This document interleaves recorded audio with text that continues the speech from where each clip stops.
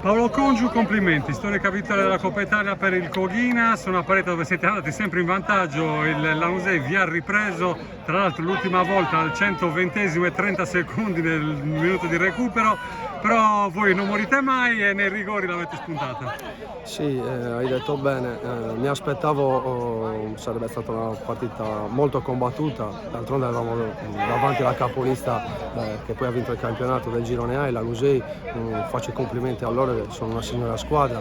Noi abbiamo dimostrato di non essere da meno, comunque sia di essere sempre quella squadra che ci crede fino all'ultimo, cosa che ho detto ai ragazzi prima della partita. Avendo avuto la fortuna di giocare certe competizioni anche da giocatore, so che queste partite sono sempre aperte, bisogna crederci fino all'ultimo secondo con positività, anche perché davanti, come ho detto prima, non hai gli ultimi arrivati.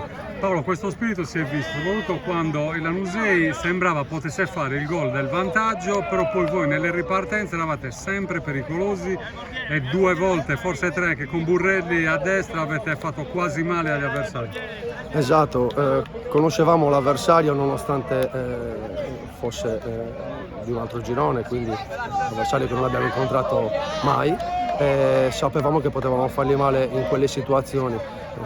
Ho visto che i ragazzi hanno recepito, ci hanno provato fino all'ultimo secondo, e infatti, come hai detto tu, ci sono state quelle situazioni dove potevamo fargli male veramente. Temevi nell'ultimo fallo laterale, è arrivato poi il gol, però hai infuso alla squadra quel coraggio per andare a battere i rigori e prendervi il trofeo. Purtroppo a volte vorrei essere meno esperto e non aver paura di certe situazioni, però ripeto, avendole vissute anche da calciatore, so a volte quanto possono essere pericolose certe situazioni dove comunque l'avversario giustamente ce la mette tutta. Avremmo fatto lo stesso noi, non c'è più niente da perdere, ci provano in tutti i modi. C'era quasi anche il portiere dentro l'area, figuriamoci. Però poi ho detto ai ragazzi che bisogna accettare anche questo e andare positivi e provare a calciare i rigori per vincere. D'altronde nel vostro percorso in Coppa Italia i rigori avevano già premiato, no? Sì, c'era capitata la situazione analoga col Budusò, altra grande squadra. Ci tengo a rimarcare che noi, per essere arrivati a questa finale, abbiamo dovuto battere squadre veramente forti che nel nostro girone si sono fatte valere, come il Castelsardo, che da noi è un derby, un'ottima squadra ben allenata. Poi abbiamo dovuto affrontare il Luogo Santo, che abbiamo visto il campionato ha fatto, l'Usinese, che non la scopriamo oggi, e il Budusò, che ha vinto il campionato, quindi è stata una bella cavalcata. Col trofeo in tasca e pochi giorni, no, per riordinare le idee e tuffarvi nei playoff. Avete speso tante energie, ma la gioia della Coppa può, diciamo, equiparare le cose. I ragazzi stanno bene, abbiamo qualcheduno fuori, qualche giocatore anche importante, ma chi sta giocando al suo posto certamente non ha fatto rimpiangere queste assenze. Sono ragazzi che si allenano molto bene, molto professionali, quindi fisicamente credo che non avremo nessun tipo di problema.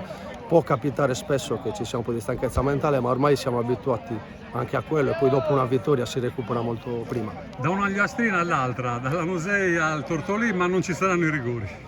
È vero, stiamo incontrando un'altra Ogliastrina, sappiamo che è una squadra di carattere, un'ottima squadra, ben seguita in casa anche dai tifosi, hanno grande entusiasmo, sappiamo già che partita ci aspetta, andremo lì provando a dire la nostra anche in quella. Non volete finire domenica la stagione? Assolutamente non abbiamo voglia di andare in vacanza.